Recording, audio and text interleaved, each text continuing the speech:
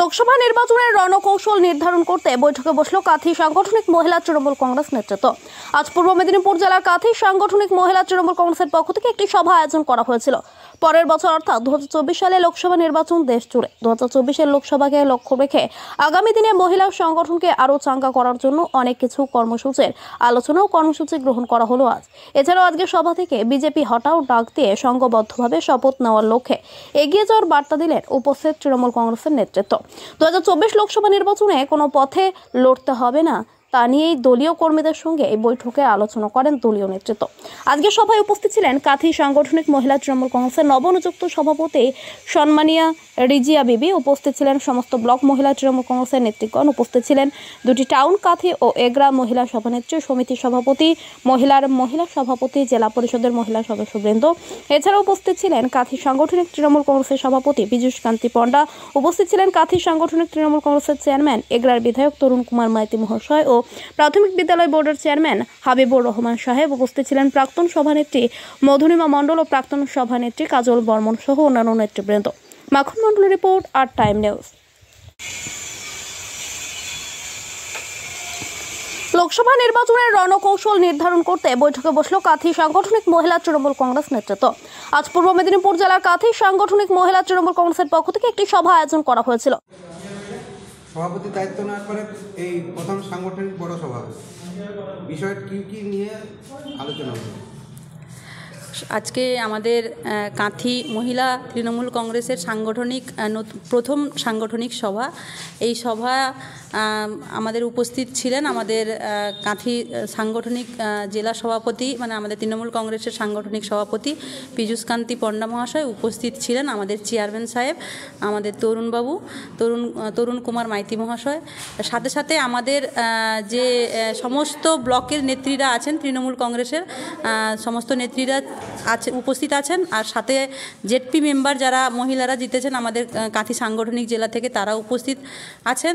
সাথে সাথে আমাদের টাউনের আমাদের কন্টাই আর আমাদের এগরা টাউনের সভানেত্রী দুজন উপস্থিত আছেন। তার সাথে সাথে আমাদের পঞ্চায়েত সমিতির সভাপতি যারা মহিলারা নির্বাচিত হয়েছেন তারা উপস্থিত ছিলেন। আমাদের আজকে সাংগঠনিক সভা আমাদের নেত্রী মাননীয় মুখ্যমন্ত্রী মমতা ব্যানার্জি, সাথে সাথে আমাদের সেনাপতি ও অভিষেক ব্যানার্জির আমি আশীর্বাদ দিয়েছেন আমাকে ওনাদেরকে আমি ধন্যবাদ জানাই যে মানে আমাকে যোগ্য ভেবেছেন, দায়িত্ব দিয়েছেন।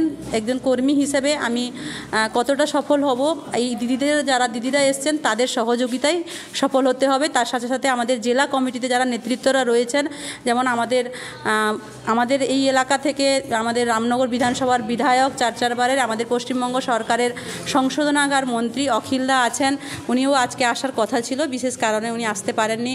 তার সাথে সাথে আমাদের তরুণ কুমার মাইতি মহাশয় এমএলএ সাহেব এগরা থেকে, আমাদের উত্তম বারিক মহাশয় আমাদের পটাশপুরের বিধায়ক, আমাদের সাংগঠনিক জেলা সভাপতি আমাদের পীযূষদা থেকে শুরু করে আমাদের সমস্ত শাখা সংগঠন সবাই কিন্তু আমাদের এই যে মা মাটি মানুষের সরকারের যে একটা অঙ্গ হিসেবে যে মহিলারা রয়েছে, গুরুত্বপূর্ণ স্থান দখল করেছে।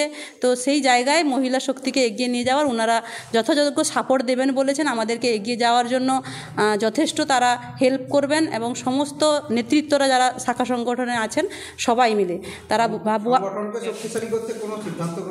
হ্যাঁ আজকে সিদ্ধান্ত গ্রহণ করা হলো। আমাদের চন্দ্রিমাদি রাজ্যের আমাদের মহিলার যিনি দায়িত্বে রয়েছেন, আমাদের মন্ত্রী চন্দ্রিমা ভট্টাচার্য, উনি আমাদেরকে 15 ডিসেম্বর মিটিং ডেকেছিলেন আমাদের তৃণমূল ভবনে। সেখান থেকে উনি বার্তা দিয়েছিলেন, আমাদেরকে বলেছেন যে তাদের কর্মসূচি উনি ঘোষণা করেছেন, সেই কর্মসূচি অনুযায়ী আমরা ব্লকে পঞ্চায়েতে, সংসদে এবং দুর্বল সংসদ দেখে আমরা নামবো। আমরা টার্গেট নেব 50,000 কর্মী মহিলারা যারা সক্রিয়ভাবে আমাদের দলে কাজ করবেন, এবং সাথে সাথে যাদেরকে আজকে 50% রিজার্ভ অনুযায়ী যারা আমরা পদাধিকার পদ দিয়েছেন মাননীয় মুখ্যমন্ত্রী, কোথাও প্রধান রয়েছেন, কোথাও গ্রামসভা সদস্য রয়েছেন, কোথাও জেলা পরিষদ মেম্বার রয়েছেন, পঞ্চায়েত সমিতির সভাপতি রয়েছেন, পঞ্চায়েত সমিতির সদস্য রয়েছেন, সমস্ত স্তরের সমস্ত নেতৃত্বদেরকে নিয়ে আমরা আমাদের মহিলা শক্তিকে আরও বাড়াবো। আমরা সম্মিলিত প্রচেষ্টায় যেসব কর্মসূচি দিয়েছেন সেসব কর্মসূচি আমরা পালন করব। আগামীকাল থেকে আমাদের যারা নেত্রীরা এসেছিলেন তারা মাঠে নামবেন বলেছেন, এবং যেখানে যেখানে আমাদের দুর্বল গ্রাম পঞ্চায়েত রয়েছে সেই সব জায়গায় আমরা প্রথমেই আমরা নামব। আমাদের পূর্ণ সহযোগিতা করবেন বলেছেন আমাদের জেলার সাংগঠনিক নেতৃত্বরা। তো তাদের পূর্ণ সহযোগিতায় আমরা নিচে নামব। আমরা এটাই মনে করি। আমরা আজকে লোকসভার ভোট আছে, 24-এর লোকসভাকে পাখির চোখ করে আমাদের, বিশেষ করে আমাদের কাঁথির উপর অনেকের নজর রয়েছে, যেহেতু বিরোধী দলনেতা আমাদের এখান থেকেই উঠে গেছেন। তো সেই জায়গায় আমাদের কাঁথি একটি গুরুত্বপূর্ণ জায়গা। সেই গুরুত্বপূর্ণ জায়গায় আমাদের মহিলাদের যথেষ্ট ভূমিকা নিতে হবে, কারণ মাননীয় মুখ্যমন্ত্রীকে 24-এ আমাদেরকে দিল্লিতে পাঠাতে হবে। তো সেই লক্ষ্যে আমরা এগোবো। আগামী দিন সংগঠনকে আরও শক্তিশালী করার লক্ষ্যে আজকে যেসব পরিকল্পনা নেওয়া হলো তারা সেগুলো বাস্তবিতে আমরা রূপায়িত করতে চাই। তো এই আশা আকাঙ্ক্ষা নিয়ে সবাইকে আমাদের আমরা একসঙ্গে দিদির হাতকে শক্ত করব, এই বার্তা দিয়েছি আমরা সবাইকে। আপনার নাম? আমার নাম রিজিয়া বিবি, আমি কাঁথি সাংগঠনিক মহিলা তৃণমূল কংগ্রেসের সভানেত্রী।